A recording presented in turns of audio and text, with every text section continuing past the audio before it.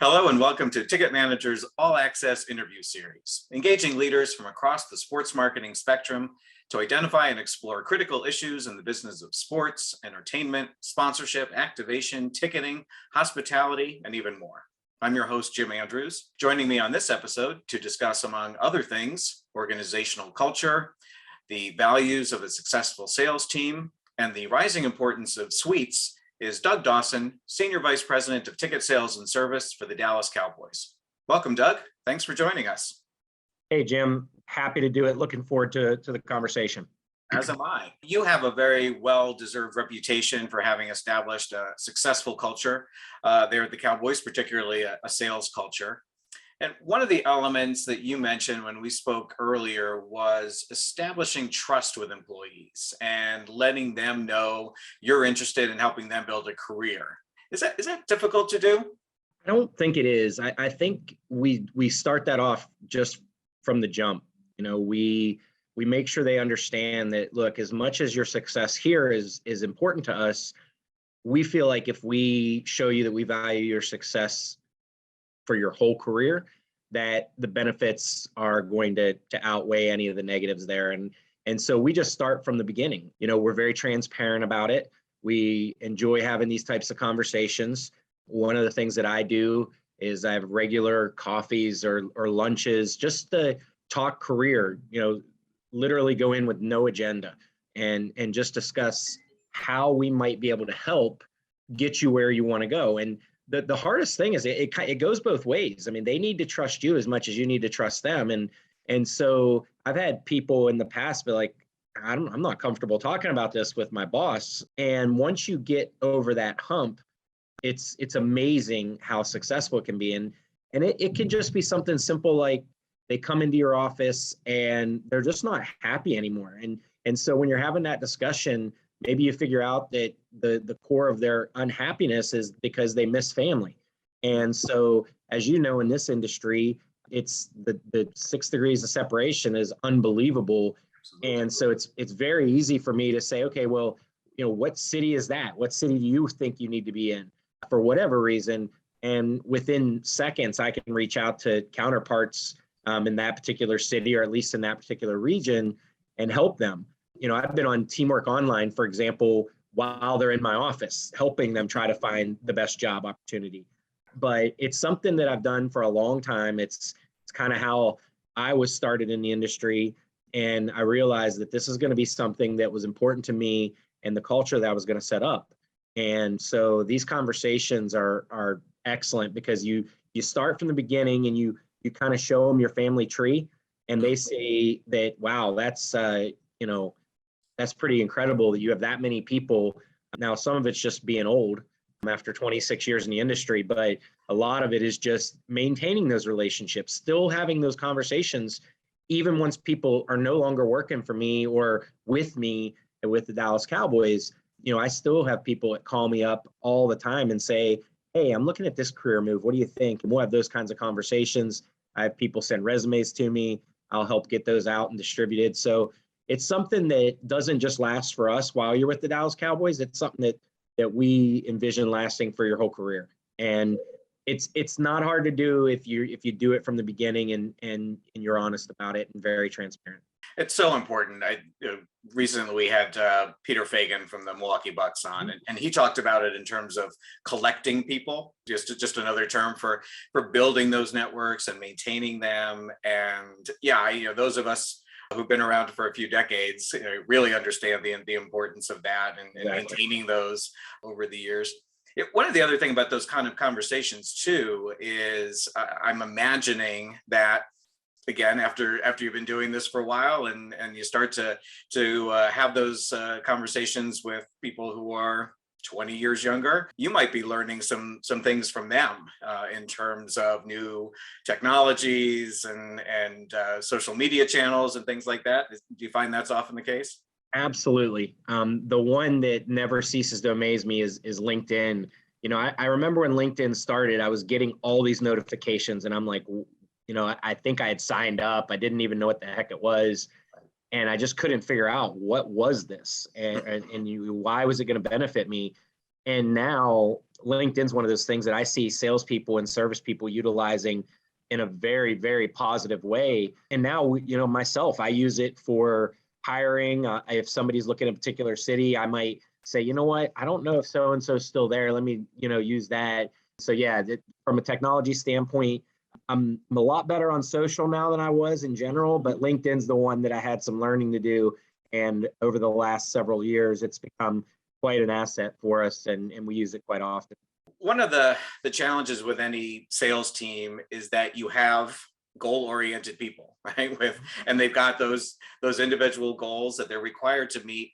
Yet it's imperative that everyone also have a team mindset, view success for one as success for all. I would love to know, how do you instill those kinds of values that you have enough healthy competition to motivate the hard work, but not so much that people kind of lose sight of the big picture?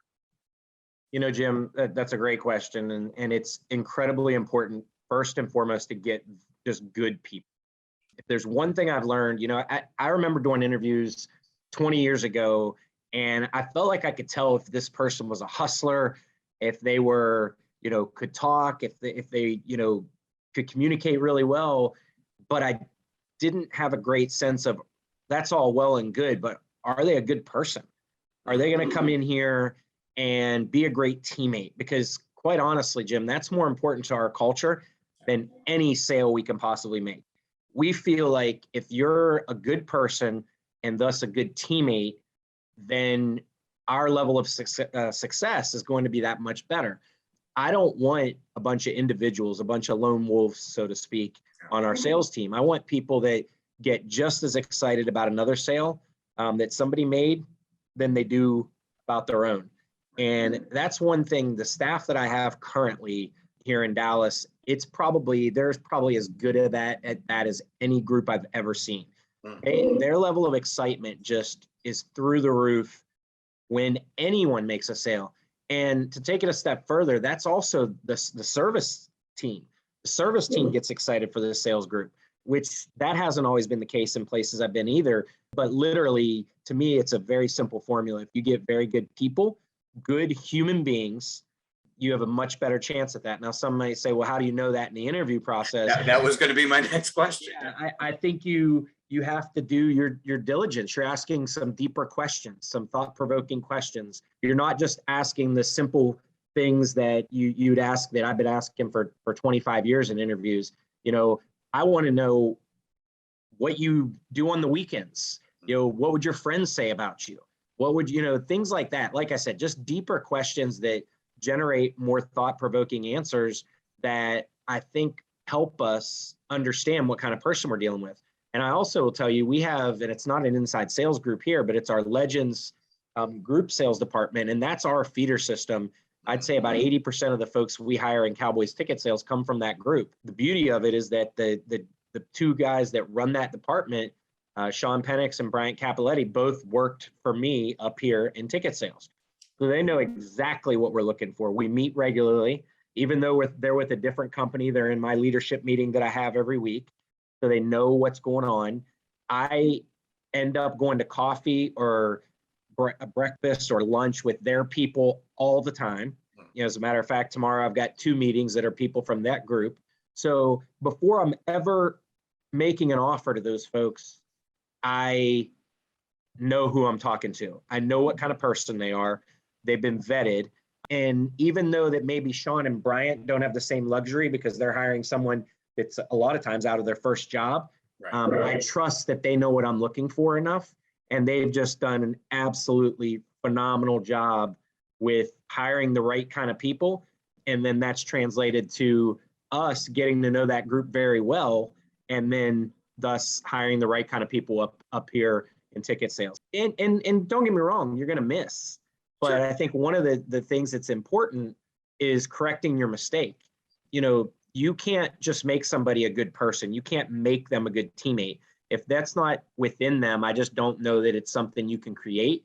And so, not that we've had to do it very often, but when we have had that person that doesn't fit because they're not a great teammate or in fact not a great person, I think we try to act quickly there to take that person out of our culture. It's just not something that we can, and don't get me wrong. It's not that our leadership team gives up early. It's just, Sure. We'll do what we can to get them to where we need them to be. And if they can't get there, then, we're not afraid to make a change. And I think some people just in industry in general don't like to have those uncomfortable conversations and don't like to make those changes. And we just won't risk our culture for anything. You mentioned the service team. Yep. And I think there's an inherent risk in our business of overlooking the service and the support team, because they're not the ones that closing the deals and ringing the bells. How do you ensure that that doesn't happen within the Cowboys organization? You're going to hear me say a lot of this about good people. And I think that's one of the things that's happened. Our sales team, because they're good people, they pay a lot of attention to the service team. I think they do things for them. And Jim, it might be something simple like texting them on the way in and say, hey, I'm stopping at Starbucks. Would you like a coffee? It's amazing at some of the small things, how far they'll go with that group. I mean, that's in general in life, but I think with this group, it's something that really goes a long way. And then when we do any sales competition, I'm talking, it doesn't matter if it's a longer one that's for a full campaign, or if it's just a weekly thing or a daily thing, we always include the service team. When we do our reward trips, every year we do a reward trip. If we hit our goal, we'll take our team, somewhere that they'll be excited to go. And the service team automatically qualifies for that trip as long as we hit the goal. So as soon as the team hits the goal, they're in. And then the salespeople have to hit their individual goals to also go. But if we do any kind of prizes, we also have prizes for our service team. And that has been literally since day one. And look, when I was younger, we didn't always have the budget to do that. Fortunately here, I'm provided the resources to do this and do it the right way. But again, it's because from top down, they believe that that's important to engage everybody on the team, even down to our ticket ops group, which, unfortunately, that group is so critical to our mission. But a lot of times they're forgotten about. We just did a road trip with our suite holders and took our whole ticket office out to Kansas City for the weekend. And so they got treated to being in a pregame tailgate and going on a charter plane and things that, maybe they wouldn't have the opportunity to do. And we do that each and every year with that group. And so it allows them to see that, man, hitting these goals is so important. And not only are we sitting here watching the salespeople celebrate, we're celebrating right along with them.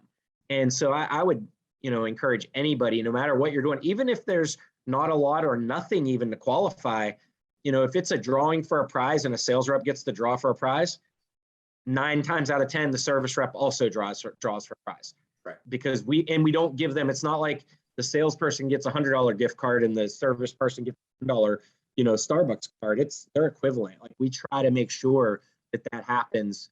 We know how important it is. And because of that, you'll see the sales reps and the service reps interacting, helping. The service team will call a sales rep up and say, hey, by the way, I just spoke to Jim, and he mentioned that he needed 2 more seats for a couple of games. So I asked him about adding a couple of seats for the whole season, and he wants to talk to you about it. Like, they are actually helping bring leads and deals to the table. And I'm a firm believer that has everything to do, once again, with culture, being inclusive and being a team first mentality. And as you said, it's important that direction kind of comes from the top, the direction, and also the support and the budgets, like you said. Can you just ballpark in terms of the numbers there? So we're talking about service staff and ticket office staff for you. How many people is that? So right now in our service team, we've got 7. Okay. And then in ticket ops, we have 11. Okay. Yeah. So we're a pretty robust ticket operations office, because at AT&T Stadium and the Ford Center, we do events at both. And the events we do, outside of Cowboys are probably about 25 at the stadium, and I'd say another 20 or 30 at Ford Center, if not more, because we do a lot of high school football up there. And even though that might be a $10 ticket, there's still a lot of work on the back end that needs to happen. I want to switch gears a little bit. You mentioned your suite holders and your recent trip with them to Kansas City for the game. There's been a trend among a lot of teams coming out of COVID that suite sales have been very strong, stronger in many cases than general admission. And I think you mentioned to me that the Cowboys have had tremendous suite success. So I'd like to hear why you think that is. And also, if you wouldn't mind sharing with the listeners what you told me about how you realized you had a product that was missing Yeah. at AT&T Stadium. We have a lot of suites at AT&T Stadium, and a lot of them are under a 20-year lease. We also have a percentage of those that we lease from event to event. We like to be able to, not everyone can justify doing a suite for 10 games or 20 other events, but they can justify it every now and then. And it's been a great lead database for us to sell these, what we call per game leases. Right. And so last year when we were going through COVID, around this time of year, we got in a room and said, okay, we've got to be proactive here. Nobody knew what the coming out of it was going to look like, right? Sure. Everybody had their theories and their thoughts, and every market was going to be different. And, some leagues were going to be different. It was, there were going to be different protocols from the league. I mean, there were so many variables, but we wanted to get super proactive and make sure that if we lose some suite holders, because we were hearing the same things that everyone was, some companies, they just literally, their corporation said no entertaining, no matter what. I don't care what contracts we're under. Like they came strong. Yeah. And so we wanted to be prepared. So we took some of that rental inventory and we started going out and selling it as full leases, knowing full well we'd probably lose a few, but we wanted to be proactive. Well, I'll tell you what, Jim, within a week or two, we had already moved a few suite leases, and our suite leases are 20-year terms. It's not like it's a 3-year or 1-year term. It's a significant commitment, and right out of the box, we had a handful of these things, and then we decided, okay, we want to hit 10 of these puppies, and we want to do it between now and the start of the season. And if not, maybe 5 is the right number, but we want to hit 10. So the goal was to hit 10 by August. Well, we hit 10 by February. And then we basically had to say, okay, we can't sell anymore because we still need to have a certain amount for rentals. Well, then the Cowboys schedule came out in May, and our rentals started flying off the shelves like nothing I had ever seen before. And we hit that goal by middle of September, which is the earliest we had ever hit it. And we just didn't have any suite inventory anymore. And there were a couple of reasons that I'd say people that happened. Number one, I think we heard a lot of people that said, you know what, I don't know what to expect, but if I'm going to go to these games, I'm going to entertain. I think my people will feel more comfortable in a suite because there's the privacy. You don't have people sitting right next to you that aren't at least part of the same group. We had glass dividers up between the suites. There was a private restroom in there. They could hire a bartender so that people weren't messing with the food, so people were serving you, all kinds of options. Yeah. And we really did hear that was something that was a big driver for that. We had probably 25% of our suite lease sales, and then a big percentage of our rental program coming from companies that relocated to Texas from other states.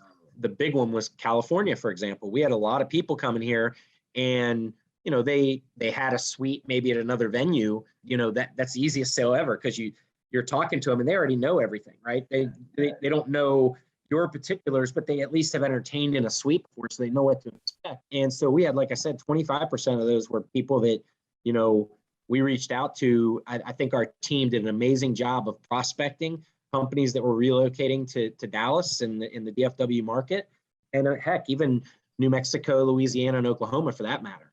There were people coming to Texas because we were one of the states, kind of like Florida, where people seemed to feel like they could operate a little differently. And so because of that, this is the first year ever that I'd say, before usually you didn't sell out of a game until you got a couple of weeks out of that game, unless it was Green Bay or Pittsburgh or one of those super marquee games.